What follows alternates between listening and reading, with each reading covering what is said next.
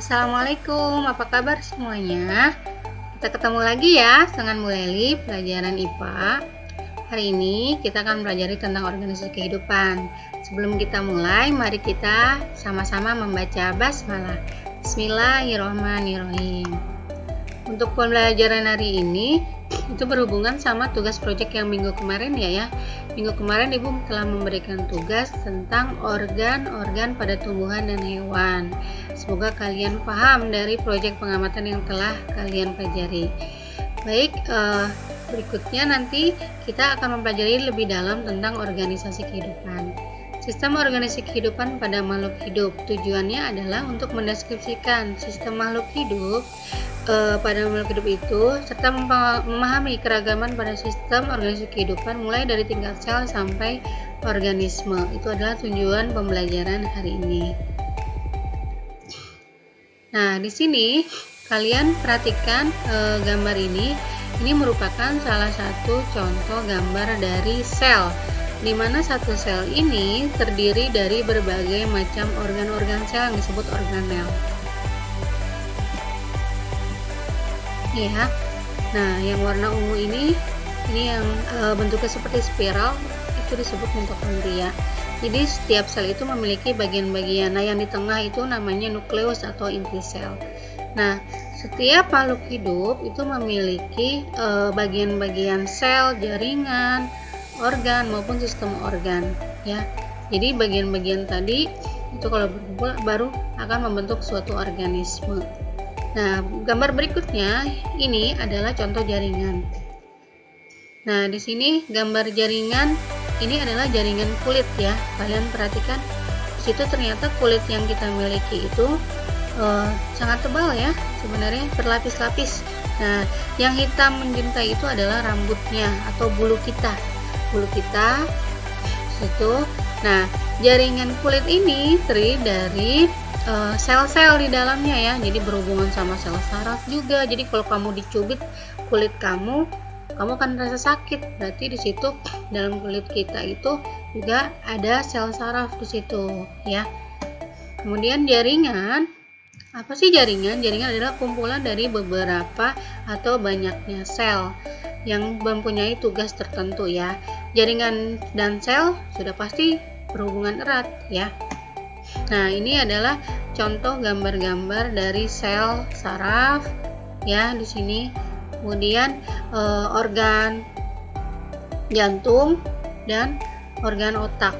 Dimana dalam organ otak itu di situ ada sel-sel juga. Salah satunya adalah sel saraf yang digambar di atasnya. Kemudian ini adalah tabel sistem organ pada manusia. Di sini dalam organ manusia itu ada berbagai macam sistem organ ya. Ini contohnya ada 7. Yang pertama adalah sistem pernafasan atau respirasi. Kemudian yang kedua adalah sistem pengangkutan. Yang ketiga sistem pengeluaran atau ekskresi. Yang keempat sistem gerak. Yang kelima sistem pencernaan. Yang keenam sistem hormon. Yang ketujuh sistem saraf. Nah, mungkin bagian-bagian sistem organ ini sudah sebagian kalian pelajari waktu SD ya. Dimana sistem organ ini terdiri dari organ-organ penyusunnya. Jika tidak ada organ-organ penyusunnya, maka sistem organ tidak akan bekerja sebagaimana fungsinya. Contohnya kayak sistem pernafasan, dia fungsinya untuk menghirup oksigen sampai dia memperoleh energi ya. Kemudian kayak sistem gerak, itu pasti untuk melakukan gerakan tubuh ya, baik manusia maupun hewan. Nah, di sini kalau gerak berarti berhubungan sama otot sama tulang ya, ada alat gerak pasif sama aktifnya. Sendi sama rangka juga masuk ke dalam organ pada sistem organ gerak. Nah, sampai ke sistem saraf. Sistem saraf juga fungsinya untuk merespon dan mereaksi rangsangan dari luar. Ya, tadi yang Ibu contohkan tadi ya. Kemudian organ penyusun pada sistem saraf itu ada otak, susun tulang belakang. Nah, itu adalah organ yang bekerja bersama-sama membentuk sistem saraf. Nah, di sini ada gambar yang bisa kalian amati. Ini adalah bentuk dari makhluk hidup atau organisme itu berawal dari molekul ya. Molekul tadi akan membentuk yang namanya sel. Sel yang memiliki fungsi tertentu, dia akan bergabung membentuk jaringan. Jaringan-jaringan itu juga beberapa jaringan akan membentuk yang namanya organ. Organ-organ dalam tubuh itu nanti akan membentuk yang namanya sistem organ yang tadi Bu jelaskan. Nah, sistem organ yang ada dalam satu tubuh manusia baru akan membentuk yang namanya organisme. Nah, beberapa organisme jika berkumpul maka disebut dengan ekosistem.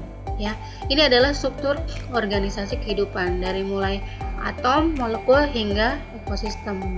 Tapi itu adalah ilmu tambahan untuk kalian supaya kalian bisa tahu bahwa yang namanya organisme itu pasti terdiri dari sel, jaringan, organ, sistem organ, baru organisme. Kemudian